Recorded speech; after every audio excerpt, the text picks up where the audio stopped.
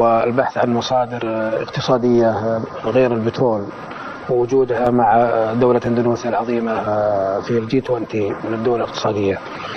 وجدت المملكة أنه الأفضل الاستثمار في الدول الإسلامية وتنمية الاقتصاد في الدول الإسلامية مجال اقتصادي جيد، وهناك استثمار ربما سمعتم عن استثمار وزارة شركة أرامكو مع برتامينا، وهناك مجالات كثيرة ربما تسمعونها إن شاء الله خلال الزيارة من توقيع اتفاقيات في جميع المجالات الاستثمارية والتعليمية والدينية إن شاء الله. مجالات كثيرة في التعليم وفي الشؤون الدينية وفي شؤون الاقتصاد والاستثمار، الشؤون الثقافية، شؤون الحج، أيضا ربما إن شاء الله في الشؤون الأمنية، وسبق التوقيع على اتفاقية عسكرية ما زال العمل جاري فيها ولله الحمد.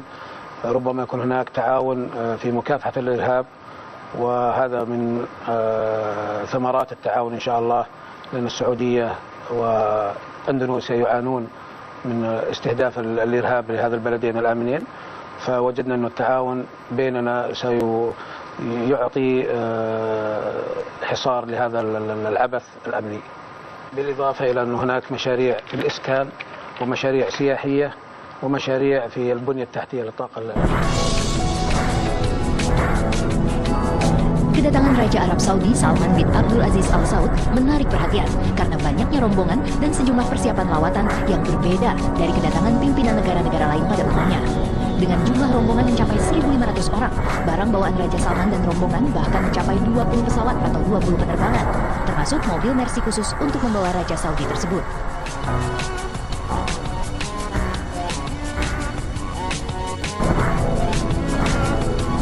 Dua unit Mercedes Maybach S600 telah tiba di Bandara Internasional Igusti Ngurah Rai Denpasar, Bali.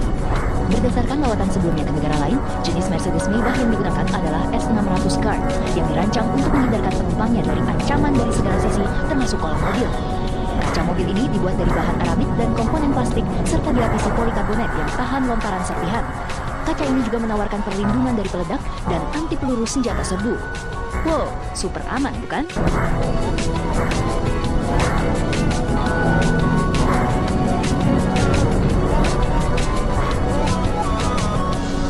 Jangankan fasilitas kendaraan, tangga pesawat pun khusus didatangkan dari Arab Saudi.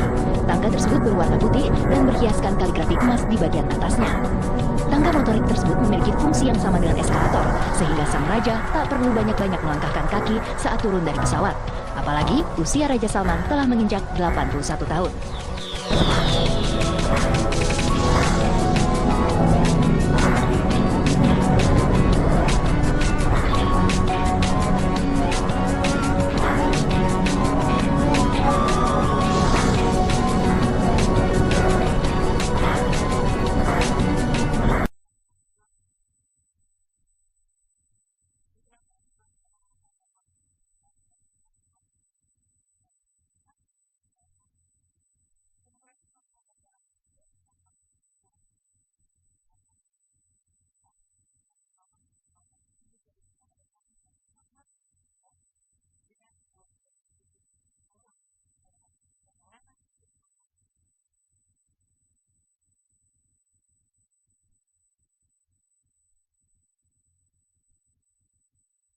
Ketika seorang raja di Arab Saudi melakukan kunjungan dengan bobot bawaan yang begitu banyak, seperti itu?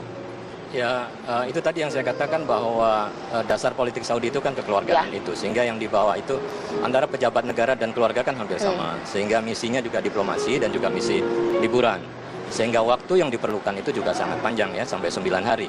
Tapi sebenarnya itu kalau saya boleh mengatakan, rakyat Indonesia kalau berkunjung ke Saudi itu rata-rata juga 9 hari, bahkan bisa lebih ya. Karena paket umroh itu kan 9 hari. Mungkin dari prinsip ini ya. Dan hari demi hari itu kan rakyat Indonesia yang berkunjung ke Saudi sangat besar ya. Nah, saya kira wajar kemudian Raja membawa untuk menunjukkan bahwa ini keluarga Raja juga ya. Masyarakat rakyat Saudi juga banyak begitu ya. Untuk mengimbangi kunjungan rakyat Indonesia yang setiap saat ya. Dengan batas waktu yang 9 hari itu. Nah, ini kan juga saya kira menarik untuk dilihat ya dari sisi budaya ya, kedua yang berusaha untuk mencari kesamaan-kesamaan yang ada. Selain memang kemudian bawaannya banyak gitu ya, kita juga tahu juga dia menginginkan atau juga mempersiapkan bahwa ketika berada di sini juga dalam servis yang terbaik gitu ya. Hal yang lumrah nggak sih? Saya kira itu hal yang wajar kalau kita kemudian melihat apa yang biasa terjadi di Timur Tengah ya. Memang seperti itu. Jadi kemudian kita juga harus melihat bahwa persoalan diplomasi ini jangan hanya dilihat yang formal-formal saja ya. Pertemuan dengan presiden, wakil presiden, dengan DPR dan lain sebagainya. Sign kesepakatan dan lain sebagainya. Tetapi sebenarnya juga harus dilihat di balik itu. Bahkan kejadian itu bisa terjadi, keputusan itu bisa terjadi ketika di Bali begitu ya. Akan terjadi tambahan yang lebih positif boleh jadi ketika itu. Ini kan karena model politik yang bersifat kekeluargaan itu. Jadi tidak harus di depan meja kemudian terjadi kesepakatan ya. Boleh jadi di luar itu ketika berlibur tiba-tiba kemudian ada kesepakatan lintasan yang disampaikan oleh raja atau keluarga, pangeran dan sebagainya untuk menambah nilai investasi dan lain sebagainya. Itu juga saya kira sangat-sangat informal. Oke, meskipun memang kunjungan ini kan simbolis, pastinya kan nanti kan ada runtutan hal yang dilakukan jika kemudian melakukan kerjasama ya antara Indonesia dan juga Arab Saudi. Tapi agar kunjungan ini juga bisa kita hadapi dengan maksimal mungkin, apa yang harus dilakukan oleh eksekutif kita dan juga legislatif kita ya? Ya, saya kira selama 9 hari itu akan selalu menjadi pembicaraan ya baik di Indonesia maupun di Saudi sendiri ya terhadap katakanlah pelayanan, sambutan dan lain sebagainya. Artinya walaupun kunjungan kenegaraannya formalnya 3 hari, tetapi itu artinya juga sampai kepada hari terakhir ya, sampai kemudian beliau maintain hubungan kemudian say goodbye, selamat sampai di sana. Setelah itu akan dikembangkan kerjasama berikutnya. Nah sekarang ini kan seperti test case saja untuk melihat sejauh mana keseriusan katakanlah ya Indonesia ya untuk kemudian menjalin hubungan yang lebih mesra dengan Arab Saudi. Nazarudin melihatnya seperti ini, langsung dari Makassar. Selamat malam Pak. Selamat malam, Assalamualaikum warahmatullahi wabarakatuh. Ya, saya senang sekali ya berkesempatan pada malam ini. Kebetulan saya ada acara di Makassar dan begini Mbak, saya baru juga kembali dari Riyadh ya kan. Sempat ngomong-ngomong dengan beberapa kawan-kawan di kalangan akademisi dan pengusaha di Saudi Arabia ya. Saya juga bertanya kira-kira apa yang menjadi motif kunjungan raja sedemikian lama dan sedemikian jumlah besar yang akan berkunjung. Kalau informasi terakhir itu bisa lebih dari 1.000 orang ya. Bisa sampai 1.500 dengan kekuatan pesawat besar, lebar dan menengah itu sekitar lebih 10 pesawat ya kan. Nah kalau kita lihat hanya 3 negara muslim atau negara mayoritas muslim yang masuk dalam negara G20. G20 yaitu pertama Indonesia, Saudi Arabia dan Turki. Nah kita tahu seperti yang disampaikan tadi teman kita bahwa memang investasi Saudi Arabia itu di Eropa dan di Amerika itu cukup besar. Tapi sepertinya juga perkembangan terakhir ini banyak dari kalangan swasta Saudi Arabia dan kalangan pengusaha Timur Tengah yang lain merasa nggak nyaman dengan kehadiran Presiden baru Amerika sekarang ini. Sehingga dengan demikian mereka mencari tempat mana kira-kira yang paling bagus untuk melakukan investasi. Nah kalau kita hitung negara-negara muslim yang paling aman di seluruh dunia sekarang ini, ya kawan-kawan saya di Amerika itu ada beberapa, Saudi Arabia di Riyadh itu, kami ada seminar baru-baru ini, mereka menyebutkan bahwa tempat yang paling aman sekarang ini adalah Indonesia. Bukan saja aman dari segi gangguan politik, keamanan dan sebagainya, tapi aman dari segi investasi, karena mereka juga membaca angka-angka perkembangan pertumbuhan ekonomi Indonesia kan. Jadi mereka itu yang datang, 1.500 orang itu adalah kalangan pengusaha. Saya kenal beberapa orang di antaranya, dan itu anak-anak muda, tapi itu Masya Allah itu memiliki uang yang sedemikian banyak.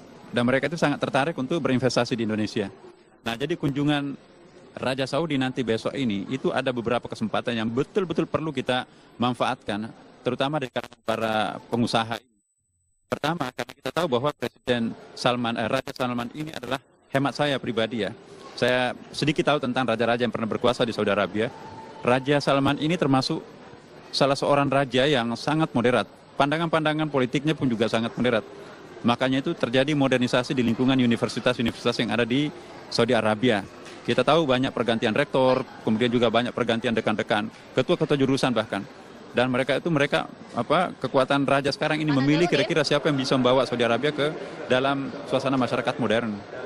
Jadi sering kita baca sekarang ini, wah ini kok Saudi Arabia ini mungkin krisis ekonomi. Enggak. Terjadi semacam rasionalisasi manajemen pemerintahan Saudi sekarang ini. Jadi menerapkan apa yang disebut dengan penerapan pembangunan efisien dan efektif itu sekarang sedang terjadi di Saudi Arabia. Jadi potensi-potensi mereka itu dimanfaatkan untuk memperkembangkan ekonomi mereka. Nah terakhir untuk kita di Istiqlal juga selaku imam besar, ketika kami menerima tim advance mereka, ya salah seorang petinggi dari Saudi Arabia pada waktu itu, saya sendiri yang terima. Alhamdulillah, mereka juga sangat agak kesulitan untuk menerjemahkan bagaimana caranya nanti ini Raja Saudi ini harus mendaki ke lantai 2 Masjid Istiqlal, nggak ada lift kita pada waktu itu. Lift yang ada itu hanya lift untuk penyandang cacat, itu lambat sekali naik ke lantai 2-nya. Terus saya ditanya, apakah bisa Istiqlal membangun sebuah lift? Saya bilang, insya Allah bisa. Akhirnya pada malam itu, sore pagi hari itu saya langsung ketemu dengan salah seorang pejabat kita. Terus saya ingin sebutkan namanya di sini. Saya berterima kasih kepada Ibu Rini, ya, Menteri BUMN. Ibu, kami akan kedatangan tamu, tapi liftnya Istiqlal ini belum ada. Nah, loh, ini kan waktunya sudah mepet ini Pak Nasar, apa bisa? Saya bilang terserah Ibu, kira-kira mungkin yang paling tahu tentang bisa atau tidaknya itu adalah tim Ibu nanti. Akhirnya Ibu dalam waktu yang sangat singkat berkomunikasi dengan seseorang. Kita butuh waktu 28 hari pada waktu itu. Akhirnya Ibu Rini mengatakan, insya Allah bisa Pak Nasar. Dan siang itu juga langsung timnya datang, kami terima, dan kerjanya 24 jam. Subhanallah, dalam tempo tidak sampai 28 hari, baru 2 minggu dari hari ini, itu sudah bisa dipakai liftnya itu. Dan liftnya termasuk, ya bagus ya. Kami berterima kasih kepada Waskita Karya, ya. Kebetulan di rutenya itu adalah teman kita juga ya, jamaah kita. Alhamdulillah, pada kesempatan ini juga saya berterima kasih kepada Waskita Karya. Di samping itu juga ada persiapan lain tentunya ya. Kita perbaharui semua karpet-karpet yang ada, kemudian dalam waktu dekat ini juga akan ada dekorasi-dekorasi khusus lah di Masjid Istiqlal. Ya, bukan karena beliaunya akan datang, rajanya akan datang, memang sudah sampai saatnya. Seperti para pemirsa tahu, ini kan kepemimpinan baru di Masjid Istiqlal, saya juga baru, dan teman-teman dari Badan Pelaksana pun juga baru. Kita mencoba untuk menciptakan Masjid Istiqlal yang ramah terhadap tamu-tamu asing, ramah terhadap orang kita sendiri, pokoknya ramah untuk semuanya. Insya Allah Istiqlal untuk semua, dan akan menjadi masjid kebanggaan kita, khususnya umat Islam di Indonesia. Baik Pak Nazarudin, nah dengan kunjungan ini, DPR sudah bersolek, Istiqlal juga sudah bersolek. Pertanyaan saya, apakah kunjungan atau lawatan ini juga bisa dinikmati oleh masyarakat kebanyakan pada saat kemudian kunjungan tersebut? Masyarakat awam boleh nggak sih kemudian melihat gitu, ikut menikmati kunjungan tersebut? Bagaimana Pak? Iya, kita tidak ada masalah. Kita nggak bisa melarang orang datang ke masjid siapapun, asal tujuannya untuk beribadah terutama ya kan. Dan kita pun juga di Istiqlal itu kan sudah ada sistem pengamanannya, jadi juga tentu sudah steril ya. Teman-teman juga dari Pas Pampres itu sudah sangat siap untuk. Dan yang jadi tantangan kami sekarang ini, terlalu banyak yang meminta kami, grup-grup pengajian, grup-grup jamaah dari masjid-masjid lain, ingin sekali menjadi jamaah Masjid Istiqlal, ingin hadir menyaksikan Raja Saudi di Istiqlal. Baru tadi ini pucuk pimpinan Muslimat Nahdlatul Ulama itu mau membawa masanya ke Istiqlal dalam rangka ikut serta menjemput Raja Saudi. Ya, jadi saya katakan kami akan berkoordinasi dari segi waktu dan dari segi pengamanan dan dari segi sistem nanti, bagaimana supaya nanti kehadiran Raja kita ini mungkin tidak terlalu terusik dengan sebuah sistem yang tidak dipersiapkan. Jadi kami ingin mencoba untuk melakukan koordinasi dengan semua pihak, terutama pihak kami internal Masjid Istiqlal. Bagaimana kehadiran jamaah-jamaah itu nanti, satu sisi mereka bisa menyaksikan tamu yang sudah lama memang ditunggu-tunggu oleh mereka, tapi pada sisi lain tamu kita yang datang ini juga tidak terusik dengan adanya pengaturan yang kurang pas ya. Jadi kami tentu akan berkoordinasi dengan semua pihak, terutama pihak keamanan di Istiqlal dan juga aparat Pas Pampres ya. Insya Allah segalanya kami akan lakukan. Tapi poin saya pribadi menganggap bahwa semakin banyak jamaah yang bisa hadir di Masjid Istiqlal dalam rangka ada tamu seperti itu saya kira menurut saya bagus ya. Yang penting keamanan, kerapian dan ketertiban itu mungkin juga perlu kita lakukan. Apalagi besok itu kan bukan hari Jumat ya kan. Jadi laki-laki dan perempuan bisa sama-sama hadir di masjid di ruang utama Masjid Istiqlal. Kalau hari Jumat ya itu lantai utamanya hanya untuk laki-laki, perempuannya di atas. Nah, insya Allah direncanakan Raja Saudi besok ini, ya kepastiannya belum persisnya seperti apa manualnya kami belum terima, tapi rencananya akan sholat tahiyat masjid, ya. Kemudian melihat dan mungkin juga unsur pimpinan Istiqlal dan juga terutama dalam hal ini Kementerian Agama selaku penanggung jawab Masjid Istiqlal itu, tentu kami juga akan menunggu petunjuk-petunjuk dari Pak Menteri Agama dalam hal ini. Berikan dampak positif secara politik atau juga ekonomi. Tadi kan sudah sempat dibilang, nggak punya teman mungkin di Arab, mungkin cari temannya di negara-negara Asia, khususnya Indonesia gitu ya. Kuota haji salah satu yang kita harapkan ini menjadi lebih clear deh ya, seperti itu. Ya, saya kira sebenarnya persoalan kuota haji itu kan dari sisi kepentingan nasional itu adalah sebenarnya nomor sekian. Karena yang utama kan adalah bagaimana kemudian membangun ya hubungan dengan Arab Saudi, kemudian menempatkan prioritas ekonomi ini pada nomor satu. Kalau ini sudah terjadi kesejajaran sebagai mitra strategis, maka sebenarnya masalah kuota haji ya, kemudian masalah-masalah perlindungan TKI itu dengan sendirinya akan settle. Jadi seperti itu. Jadi saya kira dengan dua hal memang antara ekonomi dan politik. Kalau di Arab Saudi kan memang tipikal karakteristik budaya mereka antara ekonomi dan politik itu menjadi satu kesatuan.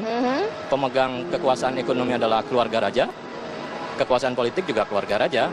Artinya bahwa mereka yang datang ini mengemban dua misi, ekonomi dan juga politik, karena mereka kan satu kesatuan dalam keluarga. Indonesia kan sepakat untuk mengambil gerakan non-blok, tidak memihak blok-blok manapun. Kita tapi tahu cukup dekat dengan Iran. Tapi Iran dan Arab Saudi ini menjadi ekstensi yang berbeda. Gimana kita memposisikan diri ini? Jadi kita kemudian, tadi kita bicara masalah ekonomi ya. Kemudian sekarang kita bicara tentang bagaimana kondisi politik regional ya. Kalau kita ketahui kondisi terakhir memang Iran sedang ekspansif ya. Kekuatannya cukup kuat. Kemudian dibantu oleh Rusia ya, yang sedang bangkit ya, masuk ke wilayah-wilayah di Timur Tengah. Sementara Saudi yang memiliki teman setia Amerika, sebenarnya kan Amerika pada pemerintahan Trump ini mulai menarik diri. Sehingga sebenarnya Saudi dalam kondisi sendiri ya, mencari teman. Ini kalau dari sisi politik. Oleh karena itu, teman yang memiliki hubungan yang kuat ya, dari sisi ideologi politiknya ya, Sunni, maka sebenarnya adalah Indonesia. Hingga Indonesia kemudian menjadi alternatif ya di balik kunjungan untuk mencari teman, karena juga pendekatan Iran terhadap pemerintah Indonesia juga sangat intensif ya. Ini juga saya kira juga dibaca oleh Arab Saudi, bahwa Arab Saudi tentu tidak mau ketinggalan ya dengan terobosan yang dilakukan Iran misalnya. Maka kemudian sekarang kita lihat ya betapa kemudian Arab Saudi ini all out ya, raja dengan 1.500 delegasi ya, ada 10 menteri dan 25 pangeran. Ini kan suatu jumlah yang sangat besar yang jarang dilakukan oleh negara manapun kecuali Saudi ini. Oke, kalau misalnya kita melihat ya, sudah cukup tepatkah kita kemudian dalam menyambut kunjungan kenegaraan, atau mungkin karena ini raja dan kita juga muslim mayoritas banyak di Indonesia gitu ya, terasa porsinya sedikit berbeda atau mungkin sedikit luar biasa? Bagaimana melihat? Saya kira begini ya, kita melihat Saudi dalam hal budaya politiknya itu ada dua hal ya, bahwa politik Saudi itu bersifat kekeluargaan dan kepercayaan. Oleh karena itu, ya persoalan bagaimana kemudian menyambut Arab Saudi memang juga harus disesuaikan dengan prinsip mereka yang bersifat kekeluargaan dan membangun kepercayaan. Oleh karena itu, kalau kemudian prinsip-prinsip kekeluargaan ini bisa dijalankan dan ada kepercayaan di dua belah pihak, maka ke depan saya kira lebih prospektif. Tapi tetap saja bahwa posisi Indonesia ya adalah sebagai negara yang bagian dari non-blok yang punya politik bebas aktif gitu ya, sehingga tidak mendukung secara penuh pada kubu tertentu, tetapi pada posisi yang bebas aktif itu. Nah, posisi ini saya kira kemudian menjadi penting. Oke, kalau misalnya kita melihat ya dengan konteks permasalahan Indonesia yang saat ini terjadi nih Mas ya, sekiranya kunjungan ini bisa memberikan angin segar nggak untuk Indonesia? Ya, tadi itu dari sisi investasi akan memberikan nilai yang sangat positif ya, karena kita juga tidak bisa menduga secara pasti bahwa berapa nilai yang akan diinvestasikan, tapi dengar-dengar bahwa nilainya sangat besar. Itu pun juga akan bisa saja tiba-tiba kemudian berubah menjadi meningkat ya, tergantung apa yang terjadi pada saat kunjungan, atau sebaliknya dalam posisi yang stagnan. Nah, ini saya kira harus dikelola dengan baik. Sebenarnya Indonesia mau bagaimana dia mampu untuk mengambil posisi pendekatan ekonomi ya. Kalau dulu kan pendekatan kita dengan Saudi kan lebih banyak pada pendekatan keamanan. Nah, ini yang kemudian menghambat komunikasi ya yang selama bertahun-tahun itu, dan baru terpecahkan saya kira dalam momen saat ini.